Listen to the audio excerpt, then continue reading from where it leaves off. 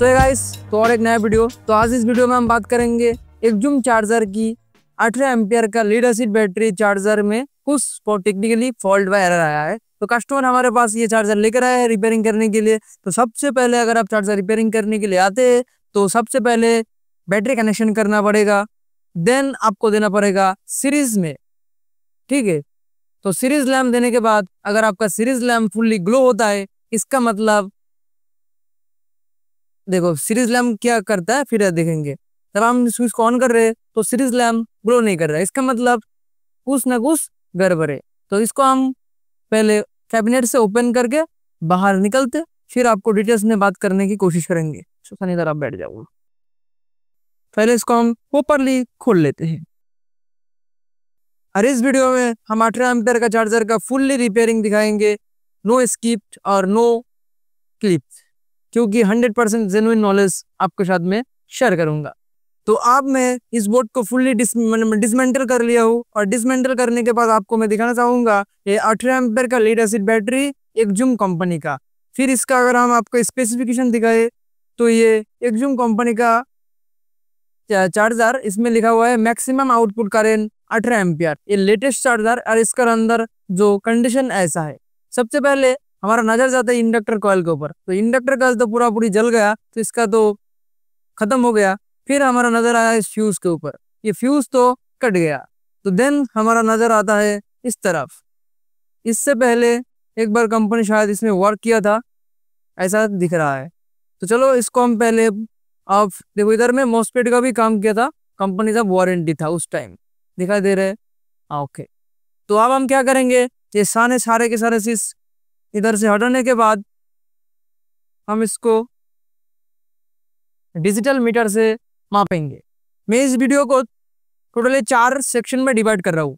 पहली जो स्टेप होता है वो हमारा चेकिंग स्टेप, यानी सिम्टम्स। तो सबसे पहले मैंने बैटरी कनेक्शन किया। बैटरी कनेक्शन करने के बाद मैंने एसी को सीरीज लैंप में चेकिंग किया, हॉट सेक्शन को। जब हॉट सेक्शन में चेकिंग किया तो हॉट सेक्शन में कोई सिम्टम्स नहीं आ रहा था, क्योंकि हमारा फ्यूज कटा हुआ था, इसलिए कोई सिम्टम्स या ग्लो नहीं कर रहा है। अगर इस फ्यूज को मैं डायरेक्ट कर देता हूँ, फिर जाके क्या होगा आप देखेंगे। जरा मैंने थोड़ा सा एक छोटा सा जंपर वायर ले लिया। जंपर वायर लेने के बाद मैंने इसको क्या करूंगा, अभी इसको इधर शोल्डरिंग कर दूंगा फ्यूज के जगह में। फिर हम हॉट सेक्शन को चेक करेंगे क्या सिम्टम्स वगैरह है। जो मेरा फ्यूज का पोजीशन है, उस पोजीशन में मैंने एक छोटा सा jumper wire, copper jumper wire, मैंने इसको लगा दूंगा। लगाने के बाद मैंने इसको फिर से सीरीज में दूंगा आपको दिखाने के लिए। मुझे तो समझ आ गया इसमें क्या सिम्टम्स, क्या प्रॉब्लम और कहाँ का क्या देखना पड़ेगा, मुझे तो सब कुछ आता है, मगर आपको दिखाने के लिए मैं स्टेप बाय स्टेप इसको काम कर रहा हूँ। तो देन मुझे तो फ्यूज जंपर लगाना कंप्लीट हो गया। मैं इसको फिर से एक बार सीरीज लैंप में देके हॉट सेक्शन को चेक करूंगा। जब भी मैं सीरीज लैंप में जब हॉट सेक्शन को चेक कर रहा हूँ तो सीरीज लैंप फुल्ली ग्लो कर रहा है, इसका मतलब हमारा हॉट सेक्शन में कोई शॉर्ट है। अब कौन शॉर्ट है, कौन सा कंपोनेंट खराब है, वो हम मीटर के थ्रू अच्छी तरह से मापेंगे। सबसे पहले मैंने लिया एक डिजिटल मीटर। डिजिटल मीटर को मैंने कर लिया कंटिन्यूटी मोड करने के बाद मुझे सबसे पहले चेक करना पड़ेगा ब्रिज रेक्टिफायर, क्योंकि ब्रिज रेक्टिफायर भी शॉर्ट होता है। तो ब्रिज रेक्टिफायर का फेज और न्यूट्रल मैंने जब चेक किया वो सही निकाल दिया, सही दिखा रहा था। फिर फेज के साथ हमारा प्लस और माइनस कोई शॉर्ट नहीं, फिर न्यूट्रल के साथ हमारा प्लस और माइनस कोई शॉर्ट नहीं, फिर हमारा फेज और न्यूट्रल वो भी शॉर्ट दिखा रहा है, क्योंकि हमारा हॉट सेक्शन में शॉर्ट होने के कारण ऐसा दिखा रहा है। देन आपको मैंने मॉसफेट को चेक किया, फिर मॉसफेट का गेट ड्रेन सोर्स, फिर मैंने चेक किया इधर शॉर्ट दिखा रहा है, क्योंकि सोर्स और ड्रेन आपस में शॉर्ट होने के कारण मॉसफेट मतलब वो हमारा सीरीज लैंप ग्लो हो गया। गेट और सोर्स ये भी शॉर्ट है, मतलब मॉसफेट फुल्ली शॉर्ट है। फिर गेट ड्रेन सोर्स, इन अगर इस तीनों में हम चेक करेंगे तो फिर भी ये शॉर्ट दिखा रहे हैं। नेक्स्ट हमारा चेक करना पड़ता है आउटपुट डायोड। तो आउटपुट डायोड में मिडिल टर्मिनल में मैंने क्या नेगेटिव रखा, और दोनों के टर्मिनल में मैंने जब प्रोब रखा तो इसमें वैल्यू आ रहा है लगभग 337 वैल्यू आ रहा है, इसका मतलब सही है। फिर मैंने दूसरा वाला डायोड में चेक किया MUR3060 पावर डायोड, इसमें भी वैल्यू सही दिखा रहा है, इसका मतलब हमारा मॉसफेट कट गया। और मॉसफेट कटने का कारण होता है हमारा इंडक्टर कॉइल जलने के कारण हमारा मॉसफेट कट गया। तो अब हमारा क्या करना पड़ेगा, तो हमने इसको फॉल्ट को फाइंडिंग कर लिया। अब फॉल्ट फाइंडिंग करने के बाद हमारा अब इसको कंपोनेंट को इधर प्रॉब्लम, दो मॉस्फेट खराब हो गया और हमारा ये इंडक्टर कॉइल जल गया। हम इसको निकाल लेंगे और नया इधर में एक फ्यूज कट गया, ये भी लगाना पड़ेगा। फिर हम इसको निकालने के बाद जो भी पैरामीटर रहता है चेक करने का, वो भी आप चेक करेंगे। तो सबसे पहले मैं इसको खोल लेता हूँ। उसको खोल लेने के बाद सबसे पहले मुझे जो मॉस्फेट का हीट सिंक का जो प्रेशराइज चापा होता है उसको मैं खोल लूंगा। इसको मैं सबसे स्क्रू की मदद से खोल लेता हूँ। खोल लेने के बाद मैं इसको साइड में रखता हूँ क्योंकि इसको ना खो जाए। तो अब मुझे चाहिए एक डिशोल्डरिंग पंप। आप शोल्डरिंग कंपनी का खरीद सकते हो, बहुत ही अच्छा काम करते हैं। तो मेरा ये वाला बहुत ही पुराना हो गया, तो इसलिए मैं एक यूज करता हूँ एक ऑटोमेटिक शोल्डरिंग आयरन स्टेशन, जो बहुत ही अच्छा क्वालिटी का है, जो OSS T12D+ का कंपनी का आता है। अगर आपको ये सारे इक्विपमेंट खरीदना चाहिए तो हमारा डिस्क्रिप्शन में लिंक है, आप उधर से खरीद सकते हो। इससे हमारा थोड़ा बहुत कमीशन आ जाता है, तो चैनल का हेल्प हो जाता है।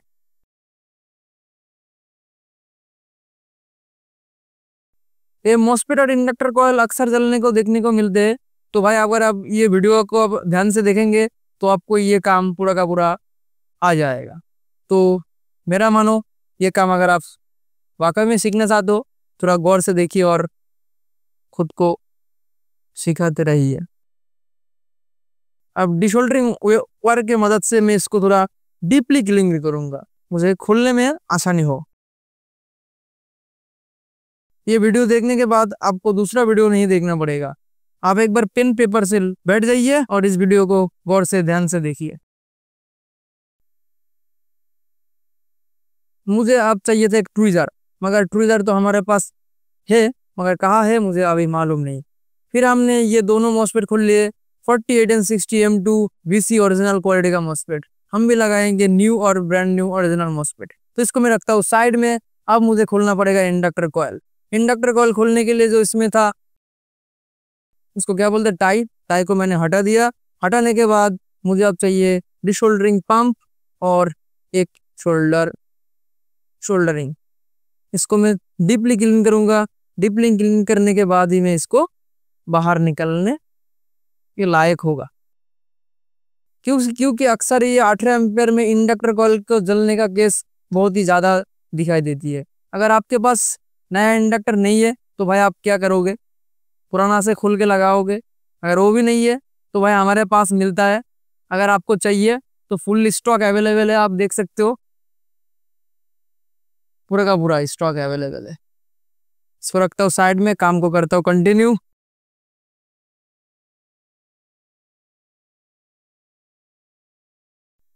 चलो आप डिशोल्डरिंग विक के थ्रू हम इसको क्लीन करते हैं। तो फाइनली इसको मैंने डिशोल्डरिंग वायर के थ्रू पूरा का पूरा क्लीन करने के बाद इसको मैं अब लेग को ओपन करूंगा, फिर इसको बाहर निकालूंगा। फिर इसको जितने भी सारे पैरामीटर रहते हैं मापने के लिए, वो सारे के सारे सिस्टम और प्रोसीजर में फॉलो करते ये काम कंप्लीट करूंगा। वो बहुत ही हैवी कॉपर रहता है, तो इसको पूरा का पूरा स्ट्रेट कर लेता हूँ।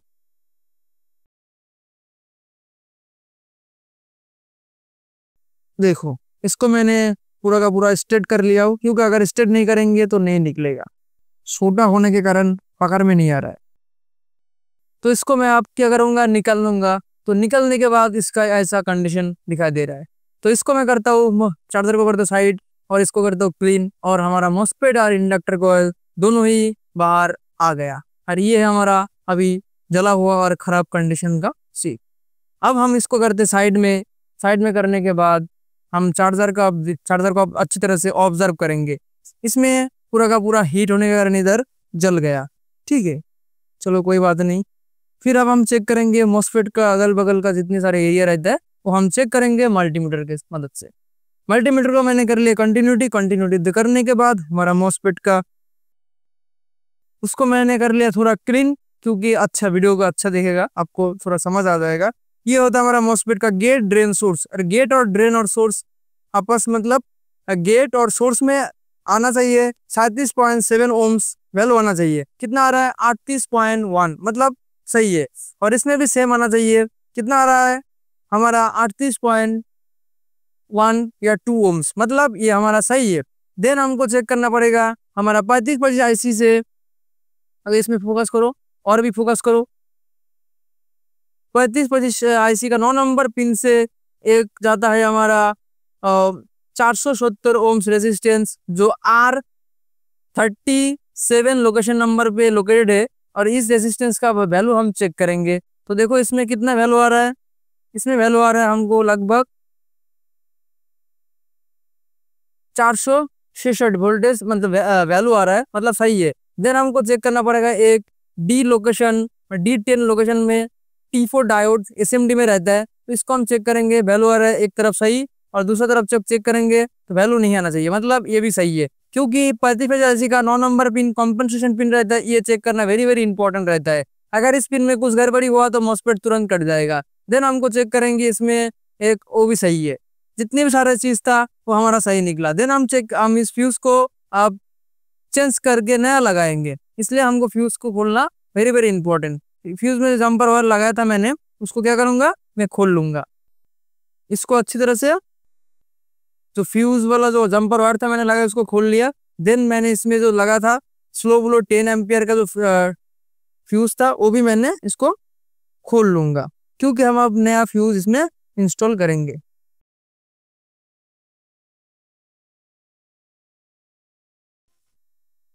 ये हमारा स्लो ब्लो 10 एम्पियर का फ्यूज ये भी खराब हो गया, इसको भी मैं करता हूँ साइड में। और ये हमारा 3 कंपोनेंट अभी खराब निकला, ठीक है। तो और एक चीज, अगर आपके पास इसमें जो लगा रहता है TVS डायोड, अगर ये आपके पास है तो इसको लगाइए, नहीं तो इसको खोल के आप रख सकते हो। इसका भी एक वेरी वेरी इंपॉर्टेंट काम रहता है, मगर अभी इसका कोई ज़रूरत नहीं और हमको चाहिए भी नहीं, तो इसको हम खोल देंगे। मैं क्यों खोल रहा हूँ भाई, ये बहुत ही एक वाइटल क्वेश्चन है। अगर किसी को पूछना है तो कमेंट कर सकते हो, मैं आपको उधर रिप्लाई दे दूंगा। इसको मैं डिशोल्डरिंग वायर के मदद से इसको मैं खोल लूंगा। तो अब मैंने इसको TVS डायोड को मैंने खोल लिया। खोल देने के बाद जो इस जगह में था गेट और सोर्स में लगा था 2 मॉस्फेट का गेट और सोर्स में, मैंने इसको खोल के इसको मैंने कर दिया साइड। अगर आपको पूछना है मैंने क्यों खोला तो कमेंट कर सकते हो भाई, मैं आपको उसको रिप्लाई दे दूंगा। देन हम चेक करेंगे इसका फुल, और एक बार जितने भी सारे चीज था हमने चेक करूंगा, वो सही दिखा रहा है। अब हम इसको अब क्या करेंगे, AC और DC देने के बाद हम चेक करेंगे मॉस्फेट का गेट और मतलब गेट में ड्राइव आ रहा है या नहीं आ रहा है। तो हम क्या करेंगे, जो हमारा फ्यूज का जो पोजीशन था उसको मैंने अब क्लीन कर लूंगा, क्योंकि फ्यूज भी तो लगाना है, तो इसलिए मैंने उस जगह को अच्छी तरह से क्लीन कर लेता हूँ। मैंने उसको क्लीन कर लिया। देन हम चेक करेंगे AC और DC दोनों एक साथ देने के बाद, क्योंकि अभी तो AC और DC देने के लिए तो हमको फ्यूज लगाना पड़ेगा। तो हमारा जो जो कंपोनेंट है वो हम थोड़ा आपको दिखाने की कोशिश की। हमारा खराब और जला हुआ खराब मतलब चीज मैंने आपको इधर रख दिया। अब हमको चाहिए एक नया इंडक्टर कॉइल, हमारा इस स्टॉक से मैंने एक नया इंडक्टर कॉइल लेने के बाद मैं रखता इसका इधर। अभी हमको चाहिए एक, मतलब एक नहीं 2 पीस मॉस्फेट जो हमारे पास अभी स्टॉक में थोड़ा है, 48 and 60 M2 ओरिजिनल मॉस्फेट, ठीक है। अब हम चाहिए एक स्लो ब्लो फ्यूज, वो भी हमारे पास है अवेलेबल। मैं इधर से एक को बाहर के निकल के लेता हूँ। ये हमारा हो गया फ्यूज। अब इसको हम अच्छी तरह से लगाएंगे तो सही रहेगा।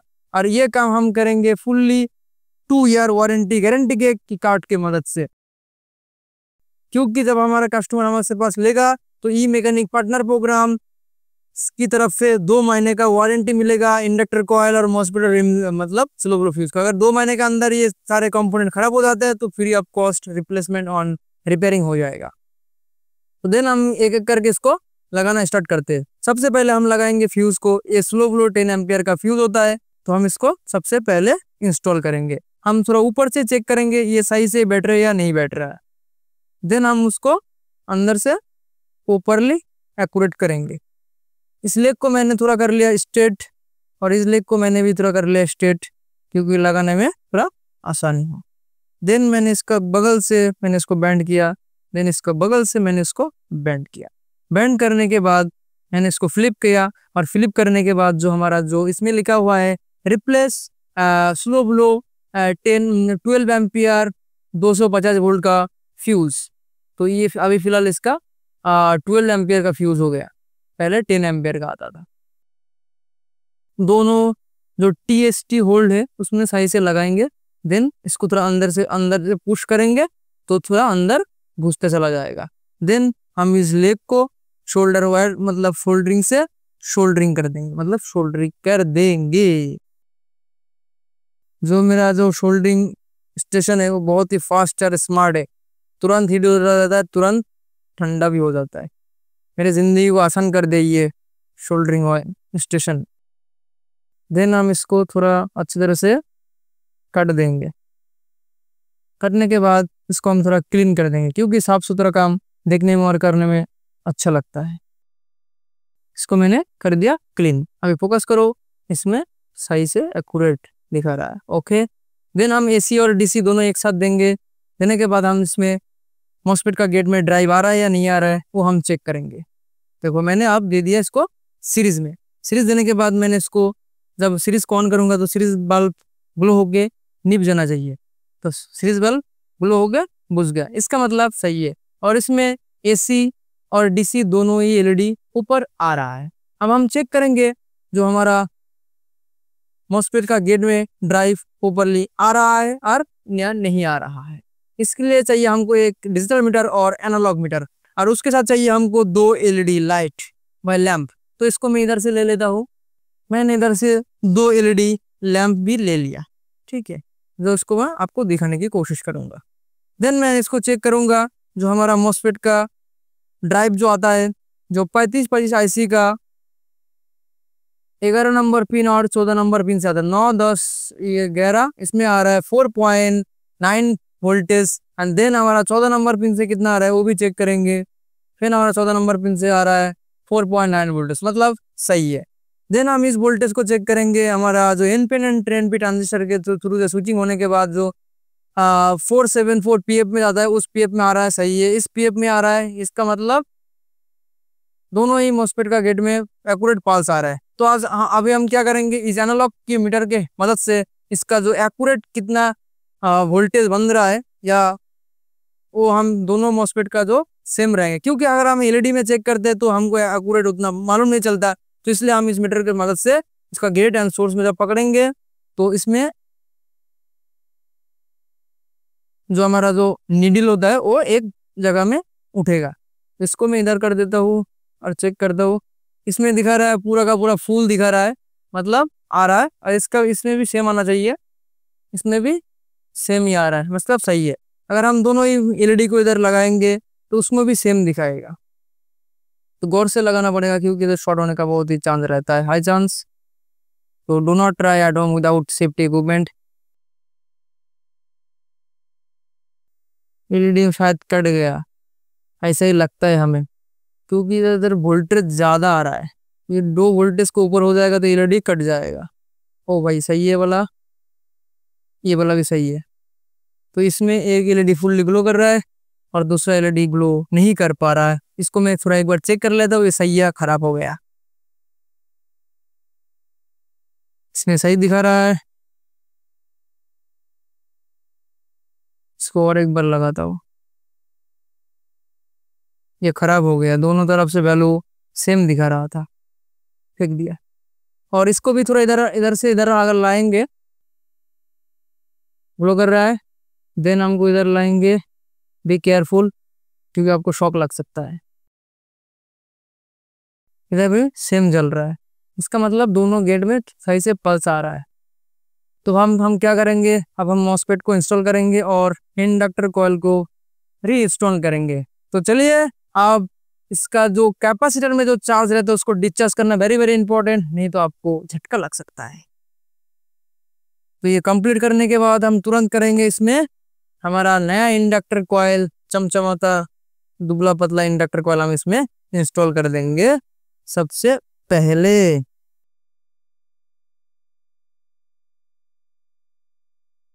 इसमें हो गया हमारा इंस्टॉल, पूरा का पूरा एक्यूरेट बैठ गया, no gap, no issue, no कोई दिक्कत।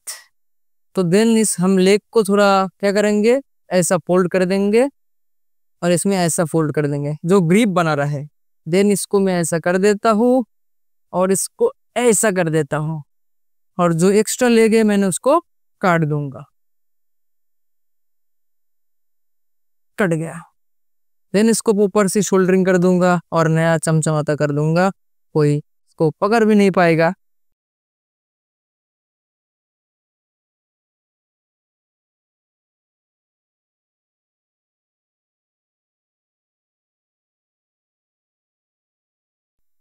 जल्दी सब करने का कोशिश करता हूँ उतना ही लेट होता है,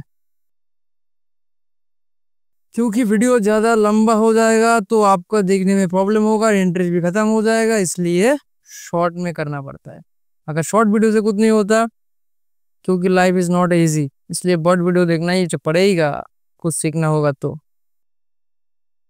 चलो इसको मैंने ऊपर शोल्डरिंग कर दिया। चलो इसमें भी सही है और इसमें भी सही है। चलो देन हम लगाएंगे इसमें मॉस्फेट, जो हमारा 48N60 M2VC मॉस्फेट होता है ओरिजिनल वाला। तो लेग भी नया है और सब कुछ नया है। देन इसको हम कर देंगे इधर इंस्टॉल। हमको चाहिए क्रूजर, क्रूजर भी हम ले लिए। देन इसको अच्छी तरह से इधर बिठा देंगे।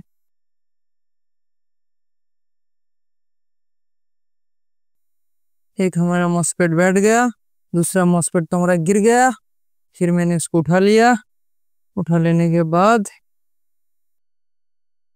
अच्छी तरह से बिठाना पड़ेगा। इधर में बिठाना वेरी वेरी डिफिकल्ट, क्योंकि इसमें प्लेस इज वेरी शॉर्ट, मतलब जगह बहुत ही शॉर्ट है इसमें। शायद मैं इसको ऐसे नहीं लगा सकता, क्योंकि इसमें जो स्पेस बहुत ही छोटा है। मॉस्फेट को हीट सिंक को हमको खोलना ही पड़ेगा, कोई ऑप्शन नहीं हमारे पास। मैं जल्दी से इसको खोल लेता हूँ। खोल लेने के बाद हीट सिंक को मैंने बाहर कर लिया। फिर दोनों मॉस्फेट को सही से बिठाऊंगा। बिठाने के बाद इसमें क्या करूंगा, जो हमारा पहला इस चापा होता है उसको मैं लगा दूंगा।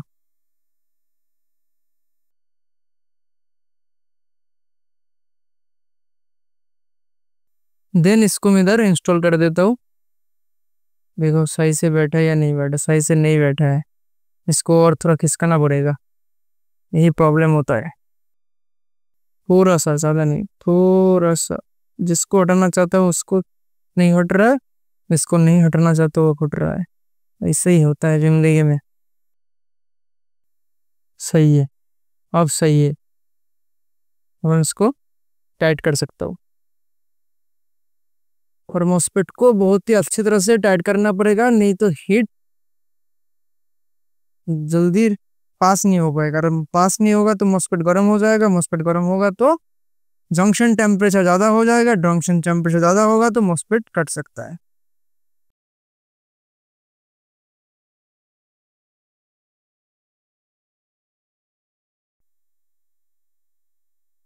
अब मैं क्या करूंगा, शोल्डरिंग वायर के मदद से इसको अच्छी तरह से शोल्डरिंग कर लूंगा।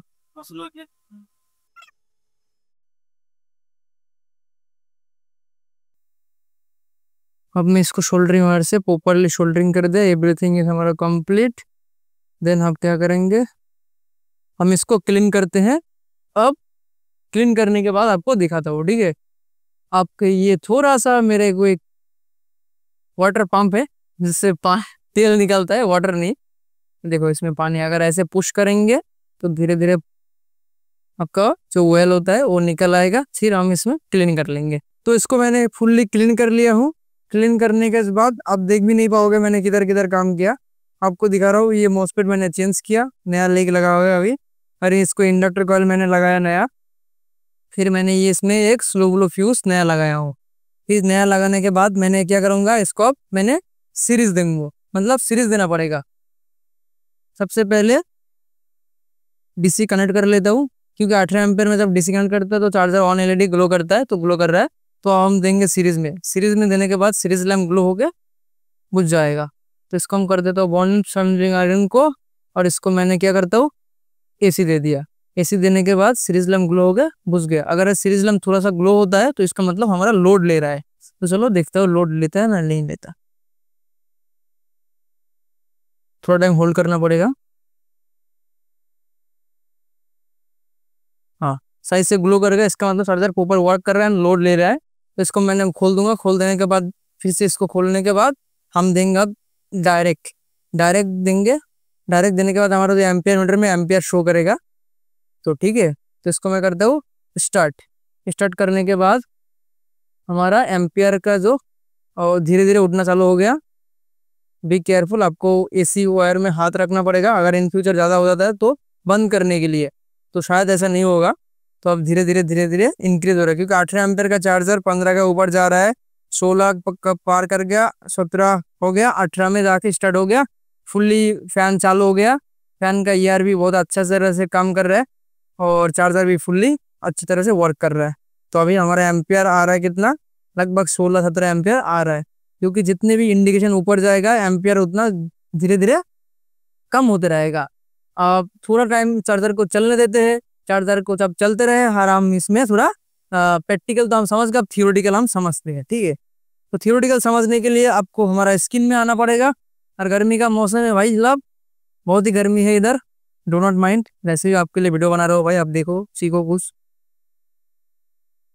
चार्जर ओके है, कंडीशन चालू रहे। और इसको मैं करता हूँ अभी। चार्जर तो फुल्ली रिपेयरिंग हो गया और एम्पियर धीरे धीरे कप रहा है। क्यों कप रहा है?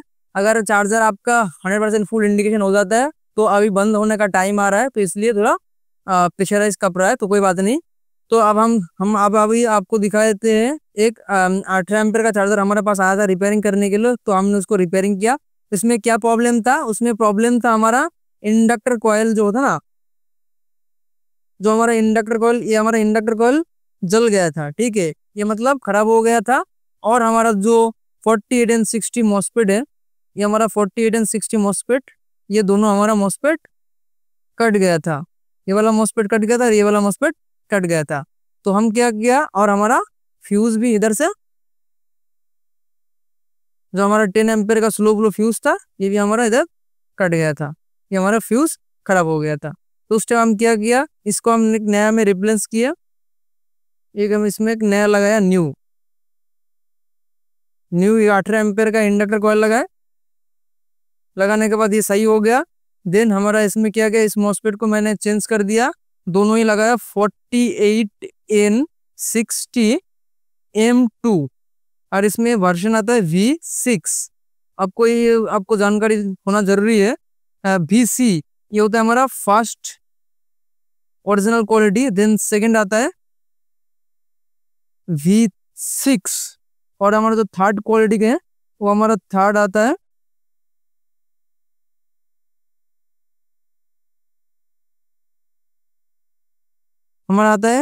V3। ये हमारा थर्ड क्वालिटी का है।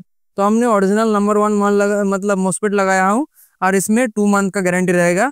तो मॉस्फेट को चेंज करने के बाद हमारा जो गेट और जो सोर्स में रहता है 37.7 ओम्स रहते हैं। दोनों में सेम रहना चाहिए, इसमें भी और इसमें भी सेम रहना चाहिए 37.7 ओम्स।